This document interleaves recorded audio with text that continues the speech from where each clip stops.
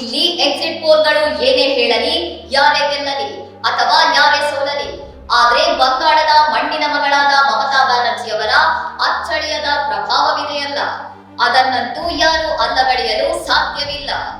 ನೆನಪಿರಲಿ, ಬರೋಬ್ಬರಿ 34 ವರ್ಷಗಳ ಕಾಲ ಬಂಗಾಳವನ್ನು ಆಳಿದ್ದ ಎಡಪಕ್ಷಗಳ ಭದ್ರಕೋಟೆಯನ್ನು ಕುಡಿಗಟ್ಟಿದವರು ಇದೇ ಮಮತಾ ಬ್ಯಾನರ್ಜಿ. ತಮ್ಮ ಹಠ, ಛಲ ಮತ್ತು ಸಾಟಿ ಇಲ್ಲದ ಹೋರಾಟದ ಮೂಲಕ ಅವರು ಮಾಡಿದ ಆ ಸಾಹಸ ಇತಿಹಾಸದಲ್ಲೇ ಸುವರ್ಣಾಕ್ಷರಗಳಲ್ಲಿ ದಾಖಲಾಗಿದೆ.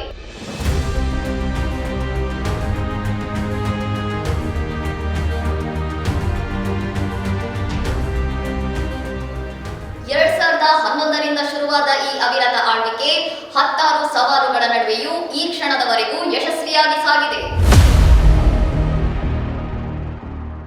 ಒಂದು ಕಡೆ ಪ್ರಧಾನಿ ಮೋದಿ, ಸುವೇನ್ ಅಧಿಕಾರಿ ಮತ್ತು ಯೋಗಿ ಆದಿತ್ಯನಾಥ್ರಂತಹ ಘಟಾನುಘಟಿ ನಾಯಕರ ದಂಡು, ಮತ್ತೊಂದೆಡೆ ಜ್ಞಾನೇಶ್ವರ್ ಕುಮಾರ್ ಅವರ ರಣತಂತ್ರದ ಮೂಲಕ ಬಂಗಾಳ ವಶಪಡಿಸಿಕೊಳ್ಳಲು ಬಿಜೆಪಿಯ ಸಕಲ ಸಿದ್ಧತೆ.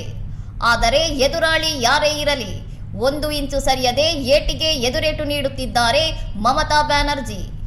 ನಿಜಕ್ಕೂ ಭಾರತೀಯ ರಾಜಕಾರಣದಲ್ಲಿ ದೀದಿ ಕಟ್ಟಿಕೊಟ್ಟ ಈ ಹೋರಾಟದ ಶೈಲಿ ಚಿರಸ್ಥಾಯಿ. ಇದು ಇವತ್ತಿನ ಹೋರಾಟವಲ್ಲ. 1984ರಲ್ಲೇ ಸೋಮನಾಥ್ ಚಟರ್ಜಿಯವರನ್ನೇ ಸೋಲಿಸಿ ಅಂದೇ ಇತಿಹಾಸ ಸೃಷ್ಟಿಸಿದವರು ಇವರು.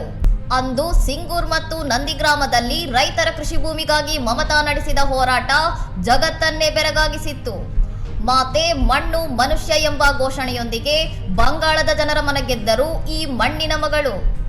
ಇಷ್ಟೆಲ್ಲ ಅಧಿಕಾರವಿದ್ದರೂ ಇಂದಿಗೂ ಅದೇ ಕಾಟನ್ ಸೀರೆ, ಅದೇ ಸರಳ ಬದುಕು ದೀದಿಯ ಐಡೆಂಟಿಟಿ. ಇದೇ ಕಾರಣಕ್ಕೆ ದೀದಿ ಇಂದಿಗೂ ಜನಸಾಮಾನ್ಯರ ಪಾಲಿನ ಆಶಾ ಕಿರಣ. ಒಟ್ಟಿನಲ್ಲಿ ಬಂಗಾಳದ ಅಸ್ಮಿತೆಯನ್ನು ಎತ್ತಿ ಹಿಡಿದಿರುವ ಈ ಧೀಮಂತ ನಾಯಕಿ. ದೀದಿಗೆ ದೀದಿಯೇ ಸಾಟಿ. ಇನ್ನಷ್ಟು ಸುದ್ದಿಗಳಿಗಾಗಿ ನೋಡ್ತಾ ಇರಿ ಸೌರಂ ಟಿವಿ.